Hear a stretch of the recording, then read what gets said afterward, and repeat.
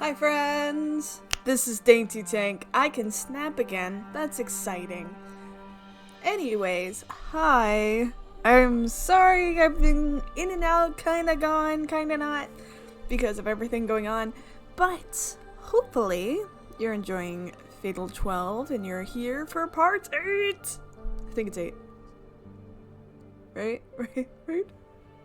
Might be 8. Might be 7. Who knows? You know who knows? Future Dainty. Not right now, Dainty. And that's okay. So, last we left off, there was a big showdown with Bill, number 12, there. I don't know why Rinka went back. Like, why did she feel like she could make a difference here? She really couldn't. I don't know. But, oh well. Now this is aftermath and we're going back to Lionhouse. But my thought is, there's no reason for number 12 not to then just casually follow Rinka. So, alright, let's go. Continue!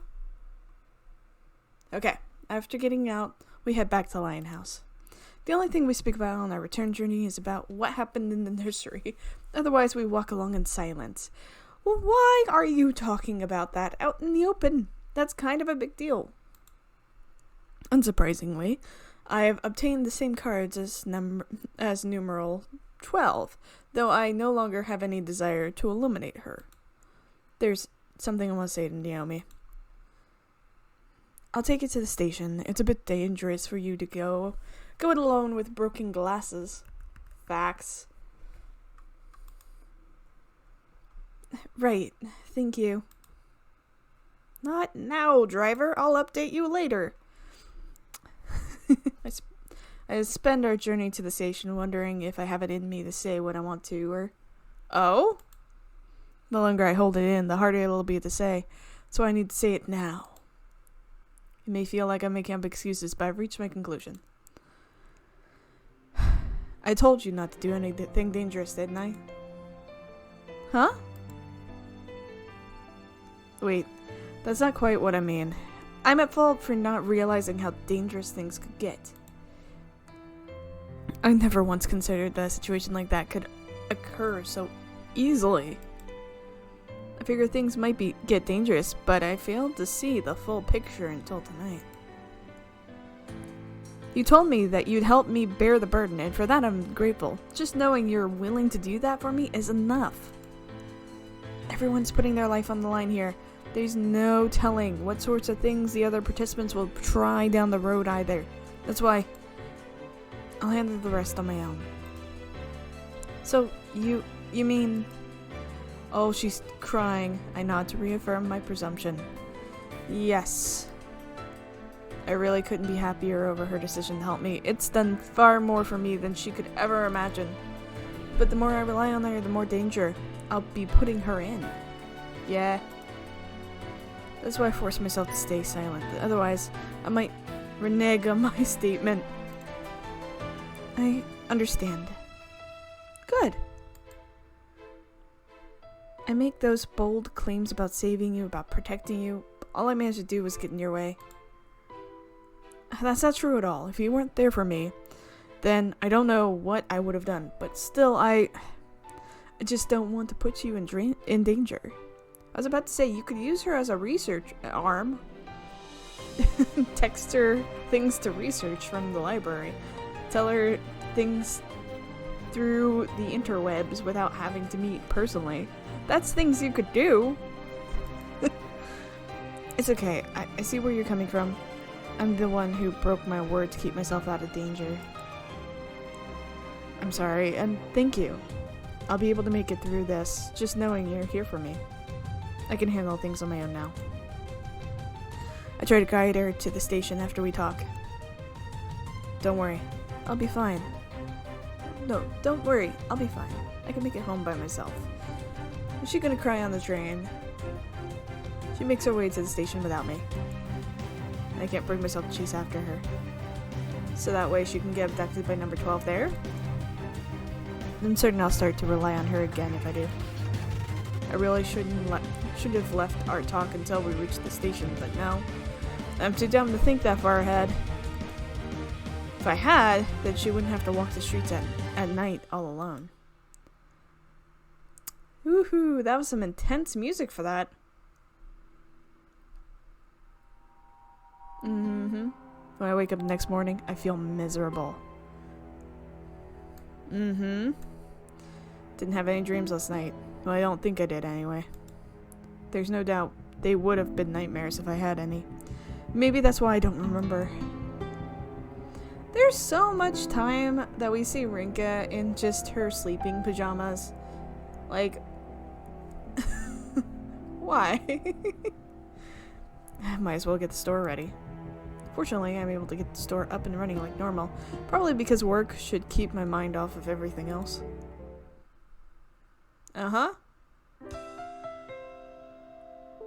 Before long, it's afternoon.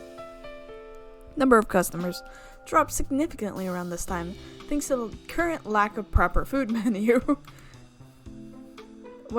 Oh. Table for one. Well, two, if that's okay. Oh my god, Kombucha Kikyo arrives, her baby in her arms. I see no reason to turn them away, so I lead them to an empty table. Aw. She orders coffee, so I make sure to brew it like I always do. The last thing I want to do is let any of my sadness or sympathy leak into it. This is delicious. Oh. Also, that baby has a full head of hair there for only like being 3 weeks. Sheesh. She doesn't order anything for her baby, which isn't surprising. Not like we haven't anything that a baby could enjoy in the first place. Hey, mind if we have a little chat? She's the only customer at the moment, so I accept her offer. Truth is, I can't help but think how lovely your name was the moment I saw it on the card. That came out of nowhere. I've been meaning to tell you since we first met. I felt that your name didn't suit you once I saw that you in the dream world. Just a little scared little child. I was disappointed, in all honesty. Your name invokes a certain dignified image, and yet you were quite the opposite.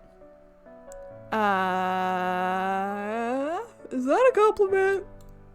I don't think it is. Oh, I forgot my... Oh, hold on. Watch this.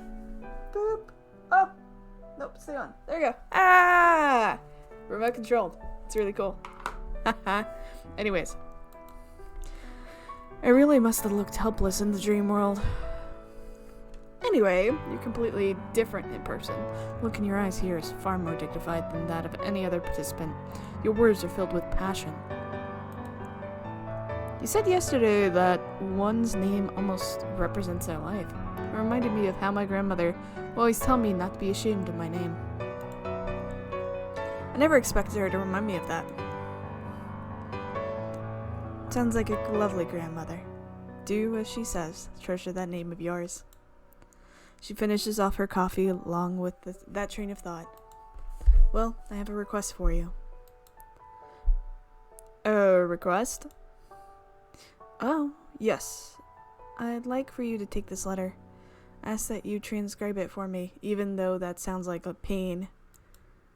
It's a letter I wrote to my husband and my child. But it'll disappear if I get eliminated tonight. Oh.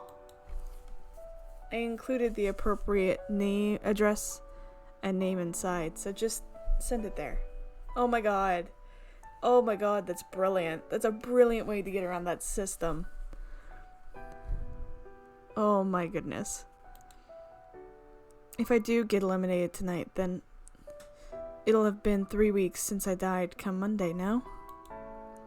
The birth certificate needs to be filed within 2 weeks after the baby's birth, so his name will likely have already been decided. Still, I'd like for them to understand my feelings on the matter. She avoids referring to Haruki by name for some reason. I can't claim to understand why, but I do recognize the reality that he won't have that name when she's eliminated. Are you giving up? Oh no, I can protect myself if I manage to learn all 3 pieces of info about Numeral XII. Well, yes, but that's like literally in just like 12 hours and you're here. How are you going to do that? Oh my god, okay. Anyways, I should have just kept grading. I've been working on that for a while now, even though the results are hardly uplifting. Maybe I've half given up, but I'll still spend the rest of my day today doing all I can. Even so, I'm worried that it'll probably be a waste of time. And I don't want to hear a peep from you about helping me either. I wasn't planning to. He'd realize that we're cooperating if he found us, which means I'd be targeted as well. Besides, I'd fail to carry out your request if I get eliminated. That's what I wanted to hear. Thank you. She reveals a satisfied smile before continuing. I'm not sure if this will make up for my actions, but I can tell you the one thing I did learn about him. Oh? His name is Alan Scorpion. He is a young business entrepreneur from India, having turned his parents' jewelry company into a global business just a few years after inheriting it. Finding that out wasn't too hard since I know his face. There's plenty of info about him on the internet even. By coincidence, I happened to spot a photo of him while thumbing through a magazine, although I'm sure it was taken long before Divine Selection started. Alan Scorpion. So that's his name. Scary, and it makes sense. Is that why, like, he's always just like, yes. Yes, that's all I can tell you, though, especially since my elimination is not yet set in stone. There's also the fact that, while I've been making this request of you, I'm also betting on you. There's no need for her to explain what she means. She's entrusted me with something important. I know exactly what this is. That is, too. Alright, I should be going. I'm counting on you. And just like that, she leaves. All that remains behind is her letter. I don't feel any sort of pressure from having accepted it. In fact, shouldering her feelings has given me more hope than when I spent my time worrying about having to eliminate the other participants. I can understand what she wants precisely because she hasn't spoken much. With dignity. Oh. I take a nice, long, big stretch. I'm on my own from this day forward. The last thing I want to do is bring shame to my name.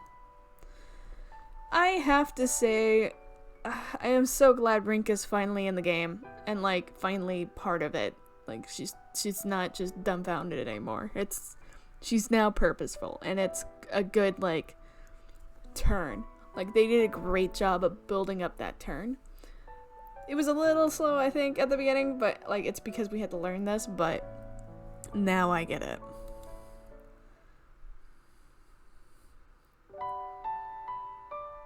When I return to my room later that night, my book of cards starts to glow again.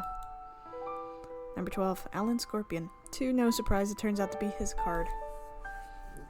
Keiko said that you could find him easily on the internet, so I ran a quick search. Little did I expect this many results from a single name search. This feels a bit too easy. Or so I think, but things get complicated very quickly. There's nothing on him from before he inherited the company at age 16, let alone anything related to how he may have died 3 weeks ago. No need to mention that his regret remains a complete mystery too. But knowing his occupation, where he's from, and especially his name is a big step forward, it may be worthwhile to head back to the library again and look through some newspapers and magazines. As for right now, we've got something far more important to do. Transcribing the letter from Kikyo. Yeah, I was about to say, you have to do that before you go to sleep tonight.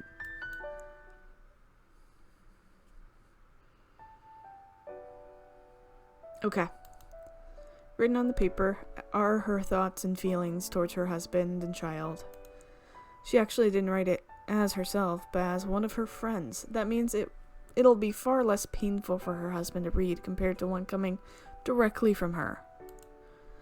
Her writing is nice and tidy. Just reading it feels like I'm getting a glimpse at the sort of life she led. I involuntarily tear up when I come to her message of thanks to me at the very end of the letter.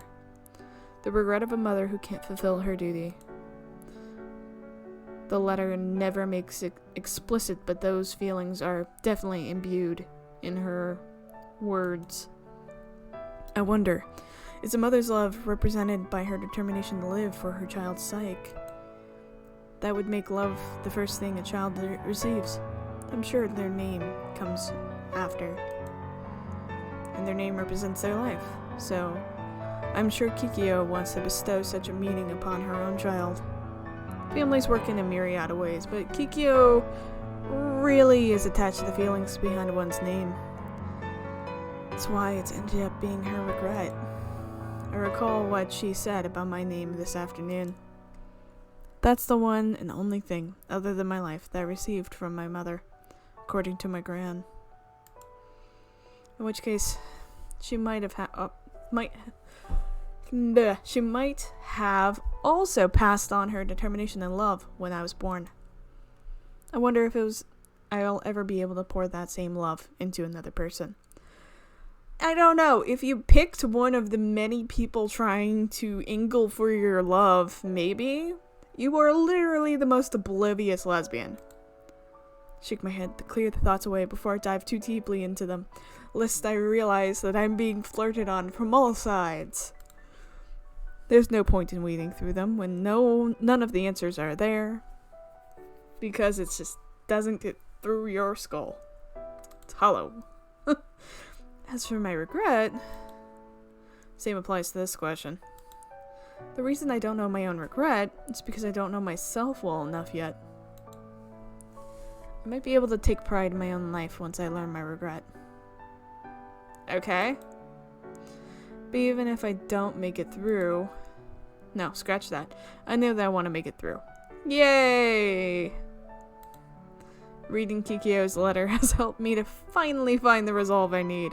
Yeah, you literally are the one connection that she has back to her child and husband.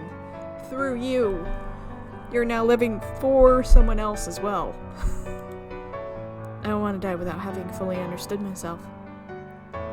Aw, that's cute. Should Kikyo be eliminated tonight, I'll mail this letter the very next morning. That'll be my top priority. Oh, what's gonna happen tonight? Once I make that decision, the day begins to wind down. Oh dear.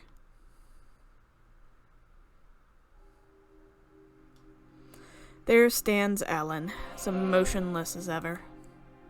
It should go without saying, but this is in the court of fate. Good evening, my lovely little slaves to fate. A voice rings. Oh yeah, sorry, let me do that right. Good evening, my lovely little slaves to fate. There we go. As a voice rings through the court, clear as a bell. Parsa arrives to greet the participants, her instant smiles on an ongoing deception. Tonight brings with it the third round of divine selection. Things have been proceeding rather smoothly thus far, but will that remain the case for much longer? Oh no. Girl number 2, beating around the bush seems to be your forte. You sure you're not just trying to sound mysterious by spouting random nonsense? Oh, you certainly are brash. Whether or not that is the case is none of your business, I fear. Thank you, Miharu. Being coy at the goddess. Unless there's a number 2. As she talks with Parsa, his gaze shifts between her and the girl beside her. Numeral XI. Oh, so this is from Alan's point of view. He deduces that they are acquaintances, having noticed them conversing during that first night. Numeral 2 has proven to be far more wary than he imagined, with little to show from its information hunt on her. Meanwhile, Numeral 1 is willing to risk herself for the sake of another participant. Limiting her should prove to be an easy task. He has no doubts about that, and yet he finds himself curious about her. She chose to stand in his way when he had Kikyo cornered. For reasons unknown, even to him, the fire in her eyes back then was so... Very well then. Allow us to begin tonight's selection. Alan's train of thought is interrupted by the goddess's announcement. Realizing that such thoughts are but a hindrance, he focuses instead on the matter at hand. Revolve! Clock of fate. I love that image. It's great.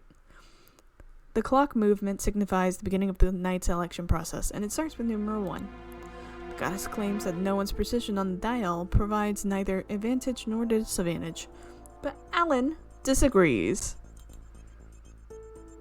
Should two participants elect the same person, one can earn priority by revealing a card about oneself. However, the higher your number, the easier it is to prevent the situation from occurring. The only reason to take such a risk is when one knows that the person they plan to elect is in possession of a card one needs. To that effect, as Numeral 12, Alan feels that he has a significant advantage. Alan considers the idea that Number 1 will opt to elect Kikyo. Should she be in the possession of all... Why didn't you think about this before? Should she be in the possession of all of 3 of Kikyo's cards, she could create the situation where both she and Alan elect Kikyo. It would be a win-win situation for her, as it would result in either Kikyo's survival or one of his personal cards being revealed. That's why he has no intention of electing Kikyo, should Number 1 do so. Okay. The risk of being caught up in the simultaneous election far outweighs the benefit of gaining one of the cards Kikyo possesses. He's well aware of his position within society, so he fully expects that Kikyo has already discovered his name. It is likely that she's revealed this information to Number 1 as well. However, his name is the only thing she should have been able to find out about him. As such, should Numeral 1 have to eliminate Kikyo, she will gain no new information about him. I have no one to elect. Oh. Numeral 1 passes on electing her. This comes as no surprise to Alan. In fact, the odds of this happening were far higher than the scenario as he anticipated earlier. How do you just like, like what position is that? Like why? Why? As the clock hand spins around, Numeral 6, who had elected someone last time, passes as well. Odette. That woman happens to be the one he is most wary of. It is plain to see that she's a far cry from ordinary, not only due to that body of hers, but also because of her attitude. I was about to say, she could beat you sideways, man. Don't even try Odette. She is a giant woman who can step on your face, and you will say thank you. For an instant, she blows him a kiss as the clock hand slows to a halt in front of him. This speaks volumes about her character. As well as, the 3 zippers holding her tiny shorts together. I won't allow myself to be provoked, he mutters under his own breath, preventing anyone from hearing him. And you, good sir? I elect Numeral 8. He states his intention with apathy. In the next moment, the platform he stands on rumbles and begins to ascend. Here we go. Both his and Kiki's platforms rise to the upper sanctum. Stratum, the goddess appears before them, her face contorted into a wry smile. Kiki's composure seems as a bit of a surprise to Alan. It's hard to believe that she could be so composed after the despair she put on display when he obtained her name card. Much like a row before her, he expected to hear some emotional wailing. Do proceed. This marks Alan's second time electing someone, so he's acquainted with the process. Once his cards have gathered in front of him, he has only to read out the relevant ones. But of all his current cards, those related to Ro have lost their glow. Her name is Kikyo Kombuchi. She died of a brain hemorrhage. Her cards react as he reads them aloud. Her red is... Hey, you know what it's like to have a family, don't you? Her question interrupts his process. Don't speak to me. My son will live, so I'm not afraid of being eliminated. I didn't get to spend much time with him, but I was still able to become a mother. Maybe I won't be able to name him, but I'm sure he'll grow up to be strong even without that.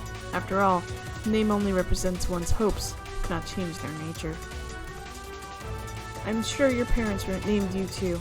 At the very least, quit involving anyone and everyone in your path of selfish destruction. Do it for your own parents' sake. You mean to imply that one can do something for the sake of those who have passed? Death is the end of one's existence. Nothing follows it. That's why those who live should do everything they can for their sake and their sake alone. Alan finds himself infuriated by Kikyo's words. Did a little twist on there. His face may remain emotionless, but his eyes scream another story. I have no issue resorting to any means necessary for my own sake and to protect what's important to me. I care not for the consequences of my actions, nor for the people caught up in them. It's just that simple. His tone is bitter. While her words have riled him up, he never allows his emotions to slip off his tongue. He feels that he's handled the situation in a controlled manner. He basically just threw a little fit because she said, hey, you don't need to destroy everybody's life because you're self-destructive yourself. However, Kikyo offers a smile before continuing. You're pushing yourself, aren't you? Your regret is your child's name. He says this, cut her off. Next, the three cards whose contents he spoke about float away from him. Once they reach the middle of the Court of Fate, they come together and form a triangle shape. Triforce activate! Once in formation, they begin to emit a white light one by one. Boop! Alan knows what comes next, so he closes his eyes and allows it to happen. Ooh, you're about to go through childbirth. Yay. The event took place in an intensive care unit. The nurse carried a sleeping newborn over to its mother. Its voice, that of an angel. Its existence, the very concept of hope made flesh. Her key. One cannot say for certain whether or not her final words were heard at all. Oh.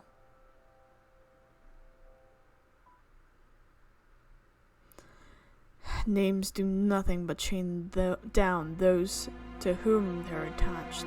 There is no hope to be garnered from them. So, wait, what, huh? Hold on. So, you feel chained, is that right? Chained by your name because you inherited it? Is that how? You don't like your family? Something with your family? Is this how this is going? That is the reason why Alan prefers to take name cards from those he eliminates. He's fully aware that regret cards are the most difficult to obtain. Regardless, he believes with full certainty that names train their bearers down, that one can come to understand another by knowing their name. 1. Name. 3. Regret. 3. I don't remember who 3 is. Number 10, cause of death. Number 12, name. So my name was known. However, sticking to his beliefs, he's ready to decide which card to take. Is that Rinka's? You're gonna go for Rinka?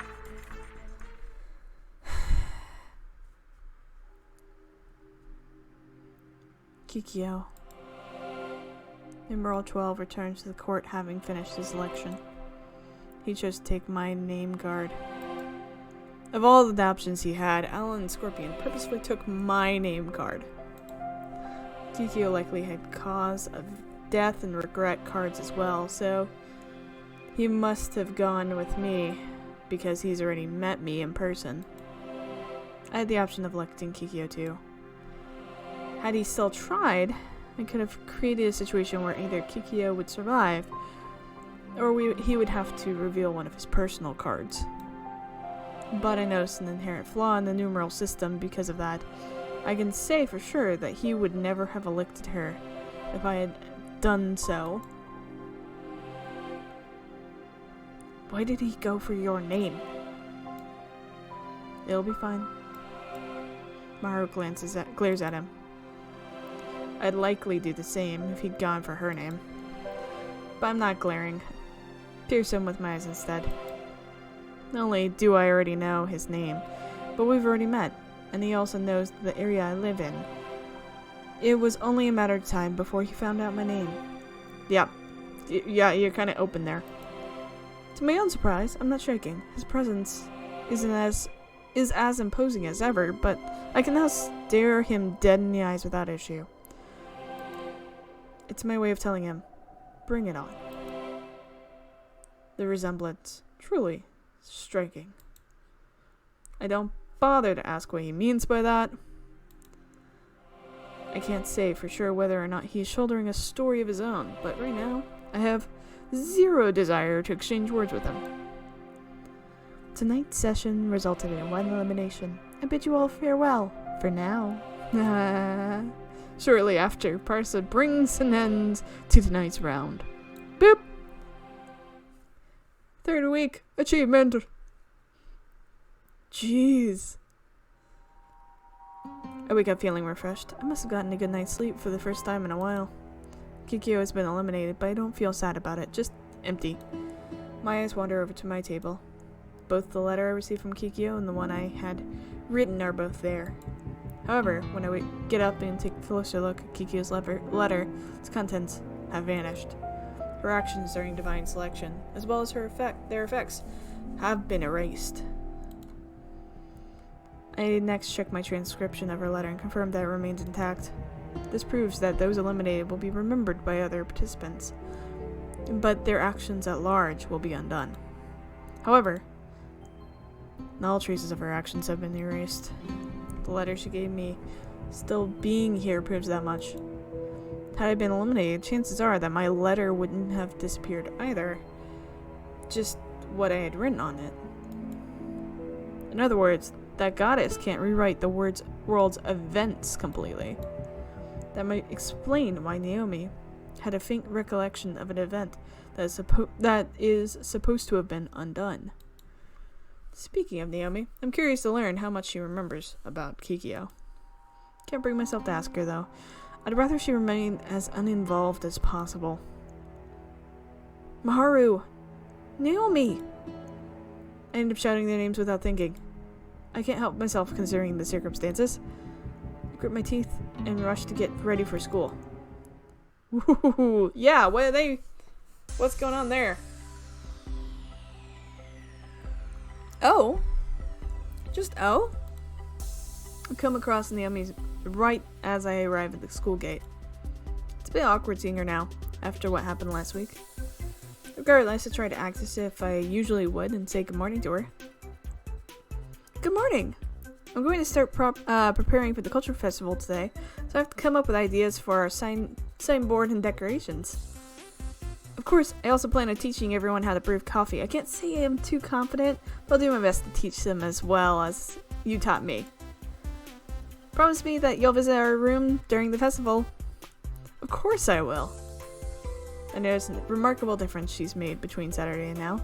She seems to have changed her hairstyle as well. Huh. Did you switch to contact lenses? I did. I actually wanted to make the switch for a while, so my glasses breaking gave me a great excuse to do so. After that exchange, we both make our way to the building separately. I can tell she's tiptoeing around what happened last week. I mean, yeah, but like, that's fine. Okay, something else is on my mind all through the day at school. Has Kiki's son been born following her election? That's why I make my way to the hospital, figuring that they will at least tell me that much. As it turns out, he has indeed been born, but at the same time they inform me that Kikyo passed away 3 weeks ago. With that knowledge gained, I take a seat in the lounge to collect myself. You mean at the area where he knows where you are? And he'll probably go back to find you? It's not too easy to deal with learning that someone's died, let alone the fact that you're very bad at not putting yourself in danger. Huh? When I sit down, a man wearing a suit and carrying a baby passes by. He must have gotten it examined. Excuse me. Turns out it's Kikyo's husband. Never spoken to him before, but I summon the courage to do so now.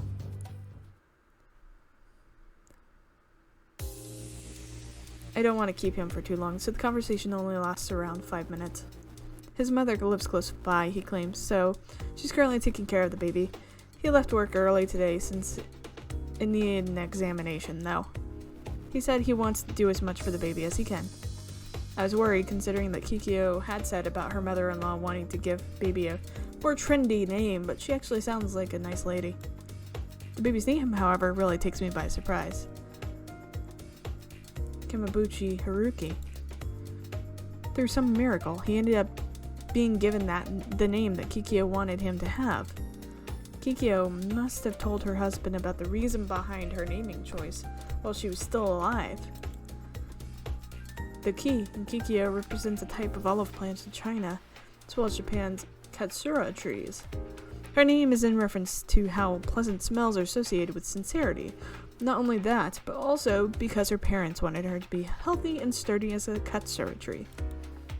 I remember that after Kikyo's death, her husband told his mother that he wanted to decide on the baby's name himself. He wanted to give the child a name linked to trees, like his mother, but couldn't think of anything appropriate. Because he wanted his son to be straightforward and earnest, he decided to use a kanji for tree, and then added haru to the meaning since the child was born in spring, thus Haruki. Aww. I think back to what Kikyo had written in her letter. I never was as healthy and sturdy as they hoped, but the desire to be so remained in my heart until the very end. Names represent a parent's hopes and dreams for their child, so please treasure the name you've been given. Make my way back to Lighthouse once our conversation ends. I can't sit and twiddle my thumbs anymore. From here on out, I need to act with dignity. There we go. Okay. You really put yourself in some danger there. Just saying. Thursday! That's a hop. Okay, well, let's stop there today. I think that's a good stopping point. I hope that you've enjoyed this just as much as I have. It was very interesting kind of watching all of that drama play out. I know we haven't gotten too far from where we ended last time, but ultimately it's a lot of new information about Alan, about kind of the interplay there, and setting up the stage, it seems, for what comes next. So, with that, come back, subscribe, ring the bells, like the things, and I will see you next time. I love you all. Bye!